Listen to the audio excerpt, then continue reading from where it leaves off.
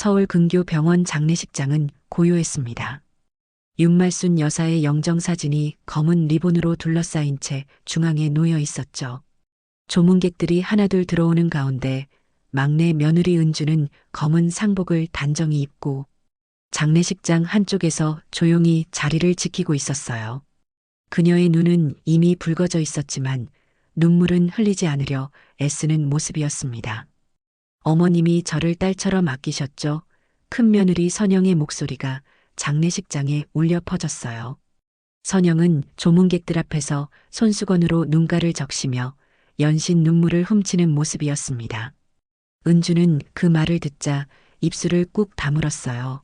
마음속으로는 웃음이 나올 뻔했지만 고인에 대한 예의를 지키기 위해 참았죠. 8회 전 남편이 갑작스러운 사고로 세상을 떠난 후 은주는 자식도 없이 시어머니를 모셨습니다. 처음에는 잠시만 함께 지내다 각자의 삶을 살자는 계획이었으나 시어머니의 건강이 나빠지면서 자연스럽게 은주가 돌보는 상황이 되었어요. 하루가 다르게 약해지는 시어머니를 보며 은주는 친정어머니처럼 정성껏 모셨습니다. 조문객들은 은주에게 다가와 위로의 말을 건넸어요. 하지만 대부분은 표면적인 위로였죠. 은주가 시어머니를 정성껏 돌봤다는 사실을 아는 사람들은 많지 않았습니다. 선영이 그동안 친척들에게 자신이 시어머니를 주로 돌봤다는 인상을 심어놓았기 때문이었어요. 은주 씨, 힘내요. 어머님이 하늘에서 보고 계실 거예요. 낯선 조문객의 말에 은주는 고개만 숙여 인사했습니다. 말할 수 없는 것들이 가슴에 맺혔지만 장례식에서 불필요한 갈등을 만들고 싶지 않았어요. 그저 시어머니의 마지막 가는 길을 평안하게 배웅하는 것, 그것만이 은주의 바람이었습니다. 영정사진 속 윤말순 여사는 미소를 짓고 있었어요. 그 미소를 바라보며 은주는 지난 시간들을 떠올렸습니다. 밤새 열이 오르면 이마에 찬 수건을 올려주던 순간들, 함께 텔레비전을 보며 나눈 소소한 대화들, 약을 거부하실 때마다 애타게 설득하던 시간들, 그 모든 기억이 은주의 눈시울을 붉게 만들었어요. 해가 저물고 장례식장의 불빛만이 어둠을 밝히는 저녁이 되었어요. 조문객들이 줄어든 시간, 가족들은 장례식장 한켠에 모여 앉았습니다. 커피잔이 오가는 가운데 조심스럽게 상속 이야기가 시작됐죠. 어머님이 남기신 게 별로 없긴 하지만 집이랑 통장은 정리해야 할 것 같아요. 선영의 목소리에는 위장된 배려가 깔려 있었어요. 신우이 지연은 고개를 끄덕이며 말했습니다. 그런데 이런 말하기 그렇지만 어머님 유산은 아들이 없는 집으로 가면 안 되지 않을까요? 그 말은 분명 은주를 향한 것이었어요. 은주는 차를 마시던 손을 멈추었습니다. 귀를 의심하고 싶었지만 선영과 지연의 눈빛에서 이미 짜여진 각본이 느껴졌어요. 맞아요. 은주 씨는 이제 새 삶을 살아야 하니까 선영의 말에는 가시가 돋아 있었습니다. 은주는 무언가 말하려다 그만두었어요. 시어머니의 장례식에서 재산 이야기로 다툼을 만들고 싶지 않았습니다. 그러나 마음은 이미 무너지고 있었어요. 남편 없이 시어머니를 모셨던 지난 세월이 한순간에 물거품이 되는 듯했죠. 장례식장을 나와 잠시 바람을 쐬던 은주는 복도 끝에서 선영과 지연이 이야기하는 소리를 들었습니다. 은주가 없으면 집도 우리가 팔 수 있을 텐데 지연의 목소리였어요. 걱정 마요. 어차피 어머님이 제게 많은 것을 부탁하셨으니까요. 선영의 확신에 찬 대답이 이어졌습니다. 은주는 벽에 기대어 눈을 감았어요.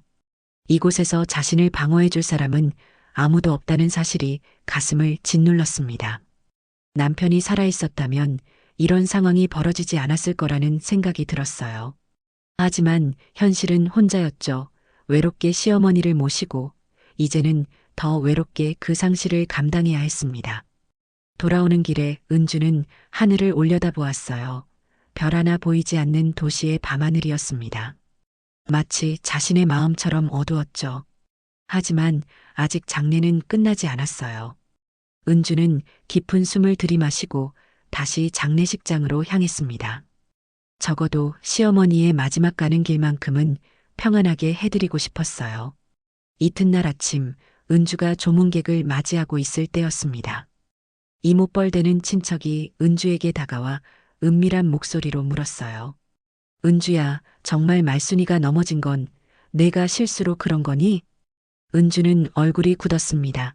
무슨 말인지 이해가 가지 않았어요. 하지만 곧 주변에서 오가는 시선들이 느껴졌죠. 선영이 친척들 사이에 소문을 퍼뜨리고 있었던 겁니다. 아니에요. 어머님은 제가 잠깐 약을 가지러 나간 사이에 혼자 화장실에 가시다가 넘어지신 거예요. 은주의 목소리는 떨렸습니다. 그때 지연이 다가와 말했어요. 그럼 왜 병원 기록에 낙상 흔적이 나왔겠어요? 누구도 탓하는 건 아니지만. 은주는 말문이 막혔습니다.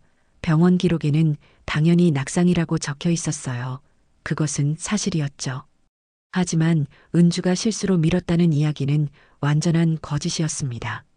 지연 씨, 그런 의미가 아니었어요. 은주가 해명하려 했지만 지연은 이미 다른 친척들에게 가고 있었어요. 은주의 가슴속에서 분노가 끓어올랐습니다. 시어머니를 정성껏 모셨던 날들, 밤새 병간호하며 지새웠던 시간들, 그 모든 것이 단 한마디 소문으로 더럽혀지는 기분이었어요. 하지만 장례식에서 분란을 일으킬 수는 없었습니다. 은주는 화장실로 들어가 깊은 숨을 몇 번 내쉬었어요. 거울 속에 비친 자신의 모습은 지쳐 보였습니다.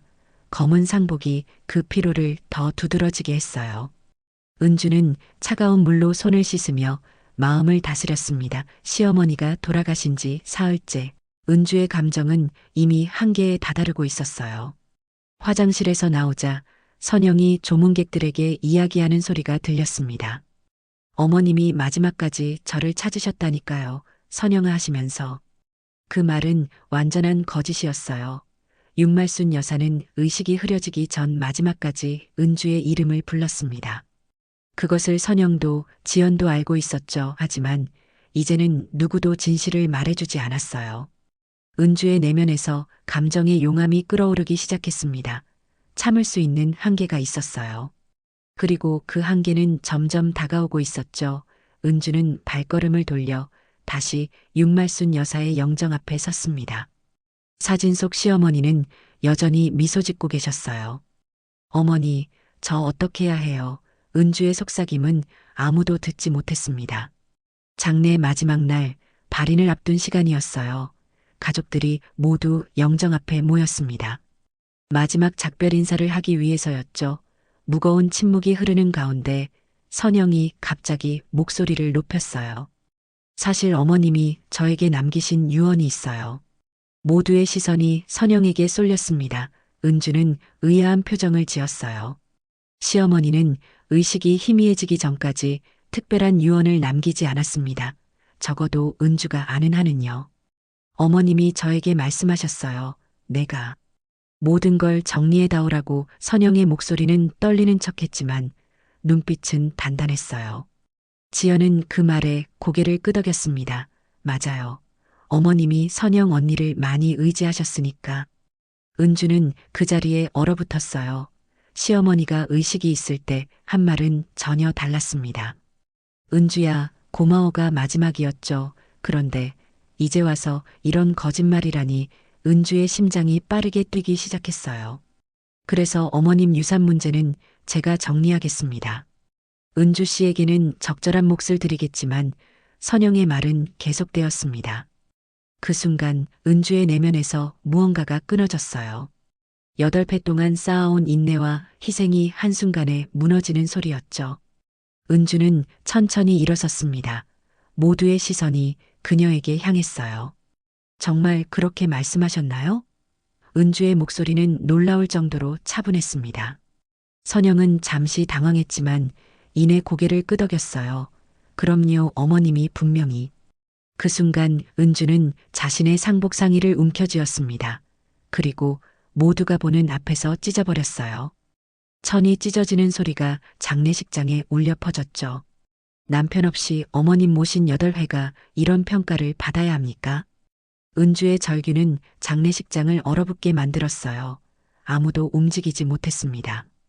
은주의 눈에서는 눈물이 흘러내렸죠.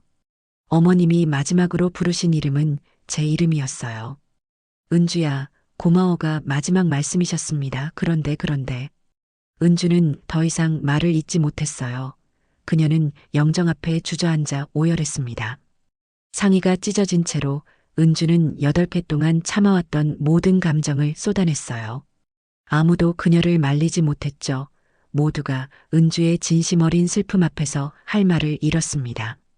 지연은 충격받은 표정으로 그 자리에 서 있었어요. 선영은 창백한 얼굴로 뒤로 물러섰습니다. 장례식장에 모인 조문객들은 숨을 죽인 채 그 광경을 지켜보았어요. 발인이 끝나고 장례의 모든 절차가 마무리되었습니다. 은주는 아무에게도 말하지 않고 홀로 집으로 돌아갔어요. 시어머니와 함께 살던 그 집은 이제 텅 비어 있었죠. 현관문을 열자 익숙한 냄새가 은주를 반겼습니다. 아직 시어머니의 기척이 남아있는 것 같았어요. 한편 지연은 어머니의 유품을 정리하기 위해 혼자 시간을 내었습니다. 평소 바쁘다는 핑계로 자주 찾아뵙지 못했던 죄책감이 그녀를 무겁게 눌렀어요. 어머니의 옷장을 정리하던 중 지연은 낡은 일기장 하나를 발견했습니다. 호기심에 일기장을 펼쳐보니 어머니의 정갈한 글씨체가 눈에 들어왔어요. 오늘도 은주가 내 약을 챙겨주었다. 아들이 떠난 후에도 이렇게 나를 돌봐주다니. 은주는 내게 딸 같은 아이. 지연은 멈칫했습니다. 일기장을 넘기자 더 많은 이야기가 나왔어요. 선영이 오랜만에 다녀갔다. 명절이라 잠깐 들렀다가 곧 갔다. 바쁘다는데 어쩌겠나. 그래도 은주는 매일 내 곁을 지켜준다. 아들보다 의지되는 아이. 지연의 눈에서 눈물이 흘렀습니다. 일기장은 계속되었어요. 내 유언은 은주가 꼭 봐야 하는 이야기다. 이 집은 은주에게 남기고 싶다. 8회 동안 나를 돌봐준 보답으로는 턱없이 부족하지만 지연은 큰 충격에 휩싸였어요. 그동안 자신이 얼마나 어머니와 은주에 대해 오해하고 있었는지 깨달았습니다. 선영의 말만 듣고 은주를 의심했던 자신이 부끄러웠어요. 일기장에는 윤말순 여사의 마지막 생각들이 고스란히 담겨 있었습니다. 아들을 잃고 힘들어하는 은주를 보며 느꼈던 안타까움, 자신이 아파서 은주에게 부담을 주는 것에 대한 미안함, 그리고 마지막까지 은주를 걱정하는 마음까지 모든 진실이 그 안에 있었어요. 지연은 일기장을 품에 안고 한동안 움직이지 못했습니다. 장례식장에서 상복을 찢으며 오열하던 은주의 모습이 떠올랐어요. 그동안 얼마나 많은 오해와 상처를 주었는지 생각하니 가슴이 아팠습니다. 어떻게 이제야 알게 된 거지. 지연은 중얼거렸어요. 그녀는 결심했습니다. 이 진실을 모두에게 알려야 했어요. 특히 은주에게 어머니의 진심을 전해야 했죠. 지연은 천천히 일어나 일기장을 챙겼습니다. 먼저 선영에게 이 사실을 알려야 했어요. 그리고 나서 은주를 찾아가 사과해야 했습니다. 이튿날 지연은 선영의 집을 찾았어요. 선영은 지연이 들고 온 일기장을 보고 표정이 굳었습니다. 일기장을 펼쳐 보여주자 선영은 난처한 표정을 지었어요. 이건 어머님이 말년에 혼미하셨을 때 쓰신 거야. 너무 믿지 마. 선영의 말에 지연은 고개를 저었습니다. 그럼 왜 내 이름은 없고 은주 이야기만 있죠? 언니도 알고 있었잖아요. 어머님이 은주를 얼마나 의지하셨는지. 선영은 말문이 막혔어요. 그녀의 눈동자가 흔들렸습니다. 본인도 알고 있었던 진실이었죠. 하지만 인정하고 싶지 않았어요. 어머님이 은주에게 집을 남기고 싶어 하셨어요. 그게 유언이셨죠. 지연의 목소리는 단호했습니다. 선영은 잠시 침묵했다가 말했어요. 그래, 맞아. 나도 알고 있었어. 하지만 우리 형편도 넉넉하지 않은데. 지연은 더 이상 듣고 싶지 않았습니다. 그녀는 일기장을 들고 일어났어요. 난 은주에게 가볼 거예요. 사과해야 해요. 선영의 만류에도 불구하고 지연은 은주의 집으로 향했습니다. 초인종을 누르자 한참 후에야 문이 열렸어요. 은주는 지연을 보고 놀란 표정이었습니다. 들어와도 될까요? 지연이 조심스럽게 물었어요. 은주는 말없이 문을 열어주었습니다. 집안은 조용했어요. 시어머니의 흔적이 그대로 남아 있었습니다. 지연은 소파에 앉아 일기장을 꺼냈어요. 이거 어머님의 일기장이에요. 은주는 놀란 표정으로 일기장을 바라보았습니다. 지연이 일기장의 내용을 설명하자 은주의 눈에 눈물이 고였어요. 죄송해요. 언니. 지연은 고개를 숙였습니다. 우리가 오해했어요. 어머님은 언니만을 믿고 의지하셨어요. 왜 지금껏 아무 말도 안 하셨어요? 은주는 한참 동안 아무 말도 하지 못했어요. 그리고 천천히 말했습니다. 말해봤자 믿어주실 것 같지 않았으니까요. 지연은 은주의 손을 잡았어요. 이제라도 알게 되어 다행이에요. 어머님의 마지막 바람은 언니에게 집을 남기는 거였어요. 우리가 그 뜻을 지켜드려야 해요. 은주의 눈에서 눈물이 흘러내렸습니다. 시어머니가 자신을 생각해 주셨다는 사실이 가슴 깊이 와닿았어요. 그동안의 헌신이 헛되지 않았다는 사실에 위안을 느꼈습니다. 가족회의를 열어요. 모두 모여서 이야기해요. 지연이 제안했어요. 은주는 잠시 망설였지만 이내 고개를 끄덕였습니다.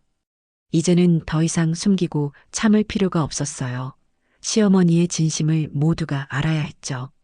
사흘 후 가족회의가 열렸습니다. 은주는 처음에 참석을 거절했지만 지연의 간곡한 설득에 마음을 돌렸어요.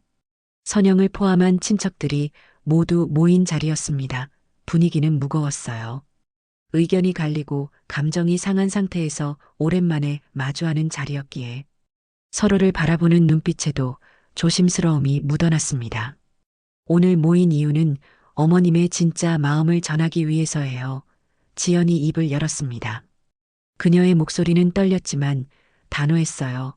더 이상 진실을 덮어둘 수 없다는 결심이 담겨 있었죠. 지연은 일기장을 꺼내 천천히 읽기 시작했어요. 윤말순 여사가 은주에게 느꼈던 감사함, 미안함, 그리고 마지막 바람까지 모든 것이 담긴 글이었습니다. 방 안은 완전한 침묵에 빠졌어요. 일기 속에는 은주가 시어머니를 위해 희생한 순간들, 그리고 그것을 지켜보며 시어머니가 느꼈던 미안함과 감사함이 생생하게 담겨 있었습니다. 오늘 은주가 또 밤새 내 옆에서 잠들었다. 열이 나는 나를 간호하느라 제대로 쉬지도 못했을 텐데. 지연의 목소리가 울렸어요. 우리 아들이 살아있었다면 이렇게 고생시키지 않았을 텐데 미안한 마음뿐이다.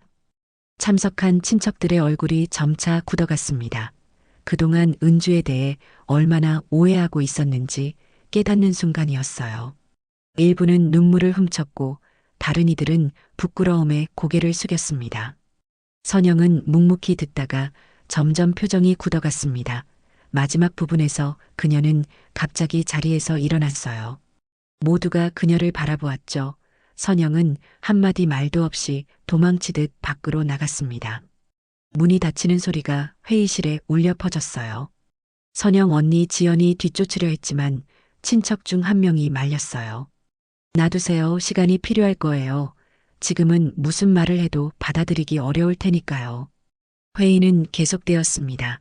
지연이 작은 나무 상자를 꺼냈어요. 오래된 오칠이 벗겨진 상자였지만 그 안에 담긴 것은 더없이 소중했습니다. 상자를 열자 그 안에는 오래된 비녀가 들어 있었어요. 나이가 든 친척들은 그 비녀를 보고 탄성을 질렀습니다. 이건 할머님의 비녀잖아. 큰아버지가 놀란 목소리로 말했어요. 지연은 고개를 끄덕였습니다. 맞아요. 어머님이 특별히 간직하시던 거예요. 일기장에 이건 은주에게 절하라고 적혀 있었어요. 대대로 내려오는 가보인데 어머님은 끝내 은주 언니에게 물려주고 싶어 하셨어요. 은주는 비녀를 받아들고 손이 떨렸습니다.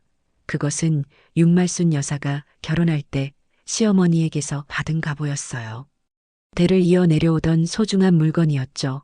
보통은 친딸이나 장남의 아내에게 전해지는 것이 관례였는데 시어머니는 그것을 은주에게 남기고 싶어 하셨던 것입니다.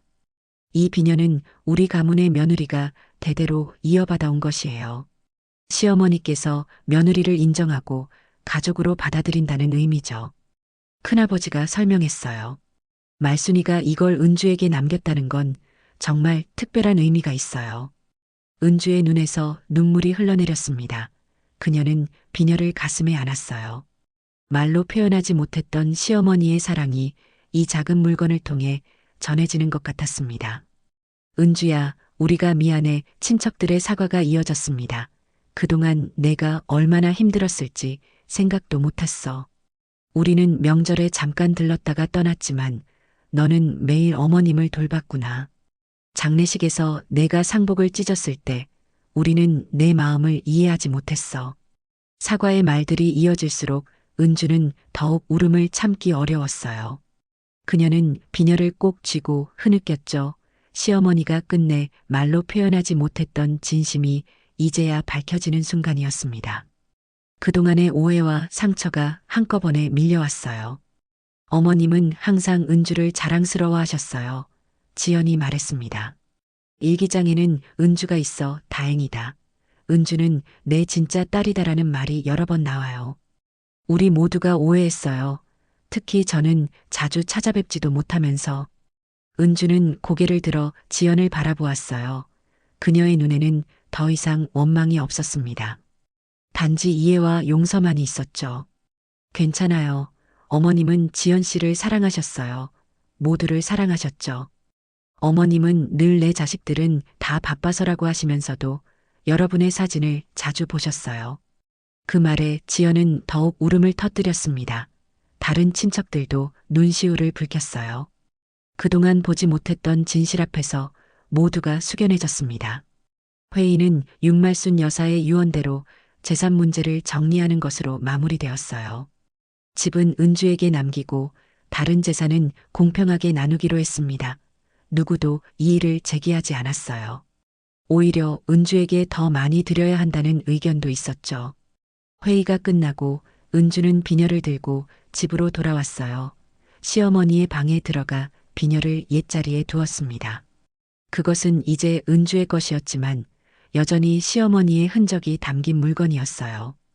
은주는 비녀를 쓰다듬으며 미소 지었습니다. 시어머니가 자신을 인정해 주셨다는 사실만으로도 그동안의 아픔이 조금은 치유되는 것 같았어요. 49일째 되는 날 은주는 조용히 제사상을 차렸어요. 상복은 입지 않았지만 정갈한 하얀 한복을 입고 있었습니다. 제사상 앞에는 시어머니의 영정이 놓여 있었어요. 사진 속 윤말순 여사는 여전히 미소를 짓고 있었습니다. 은주는 시어머니가 좋아하셨던 음식들을 정성껏 준비했어요. 시래기 된장국, 고사리 나물, 간장게장 모두 시어머니의 손맛을 최대한 재현하려 노력한 음식들이었습니다. 지연과 몇몇 친척들이 조용히 함께했어요. 모두 정갈한 옷차림으로 삼삼오오 모여들었습니다. 처음으로 장례식 이후 편안한 분위기였어요. 더 이상 숨겨진 오해나 갈등이 없었죠. 선영은 오지 않았지만 사과의 뜻을 담은 꽃바구니를 보내왔습니다. 카드에는 짧게 죄송합니다라는 글과 함께 언젠가 용기가 생기면 직접 찾아뵙겠습니다라는 말이 적혀 있었어요. 은주는 그것을 보고 고개를 끄덕였습니다. 모든 것을 한 번에 해결할 수는 없었지만 작은 시작이라도 의미가 있었어요. 제사는 간소하게 진행되었습니다. 모두가 차례로 술을 올리고 절을 했어요. 향불의 연기가 방 안에 은은하게 퍼졌고 시어머니가 좋아하던 노래가 작게 틀어져 있었습니다. 마치 시어머니가 함께 있는 듯한 따뜻한 분위기였어요. 마지막으로 은주가 시어머니의 영정 앞에 섰습니다. 그녀는 깊이 허리를 숙이며 마지막 절을 올렸어요. 그리고 조용히 말했습니다. 어머님, 제가 받은 상처보다 더 큰 사랑을 주셔서 감사합니다. 그 말은 은주의 진심이었어요. 시어머니의 사랑은 결국 모든 오해와 상처를 넘어 그녀에게 전해졌습니다. 이제는 그 사랑을 가슴에 품고 앞으로 나아갈 시간이었어요. 제사를 마친 후 은주는 지연과 함께 마당에 나와 차를 마셨습니다. 초봄의 싱그러운 바람이 두 사람의 머리카락을 살짝 흩뜨렸어요. 두 사람 사이에는 이제 묘한 유대감이 형성되어 있었습니다. 시어머니의 죽음이 오히려 새로운 관계의 시작이 된 셈이었어요. 언니, 다시 일하실 생각은 없으세요? 지연이 물었습니다. 어머님 간호하느라 경력이 단절됐다고 들었어요. 은주는 미소를 지었어요. 생각 중이에요. 간호사 면허가 아직 유효하니까요. 사실 보건소에서 간호사를 모집한다는 공고를 봤어요. 정말요? 그럼 지원해 보세요. 언니는 간호사로 정말 훌륭했다고 어머님이 항상 자랑하셨어요. 은주는 놀란 얼굴로 지연을 바라보았습니다. 정말요? 어머님이 그렇게 말씀하셨어요? 지연은 고개를 끄덕였어요. 네, 일기장에도 나와요. 은주가 환자들을 돌보는 모습이 참 아름답다고요. 어머님은 언니를 정말 자랑스러워 하셨어요. 은주의 눈시울이 다시 붉어졌습니다. 사실 은주는 이미 결정을 내린 상태였어요. 시어머니를 모시느라 중단했던 간호사 일을 다시 시작하기로 했죠.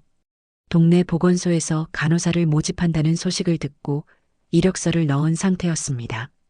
하지만 시어머니가 자신의 직업을 자랑스러워 하셨다는 말을 들으니 더욱 확신이 생겼어요. 내일 면접이 있어요. 어머님 사진을 보면서 용기를 냈죠. 지연은 은주의 손을 꼭 잡았습니다. 잘 될 거예요. 제가 응원할게요. 일주일 후 은주는 동네 보건소 간호사로 복직했어요. 첫날부터 바쁜 하루였지만 은주의 얼굴에는 오랜만에 활기가 돌았습니다. 환자들을 돌보는 일은 그녀에게 위안이 되었어요. 간호사 유니폼을 입고 있으니 마치 과거의 자신으로 돌아간 것 같았습니다. 시어머니를 간호하며 익힌 기술들이 이제 다른 사람들을 위해 쓰이고 있다는 생각에 보람을 느꼈어요. 오후에 할머니 한 분이 혈압을 재러 오셨습니다. 팔을 떨리는 손으로 소매를 거드려 하시자 은주가 다가가 도와드렸어요. 괜찮으세요? 제가 도와드릴게요. 소매가 좀 타이트하네요.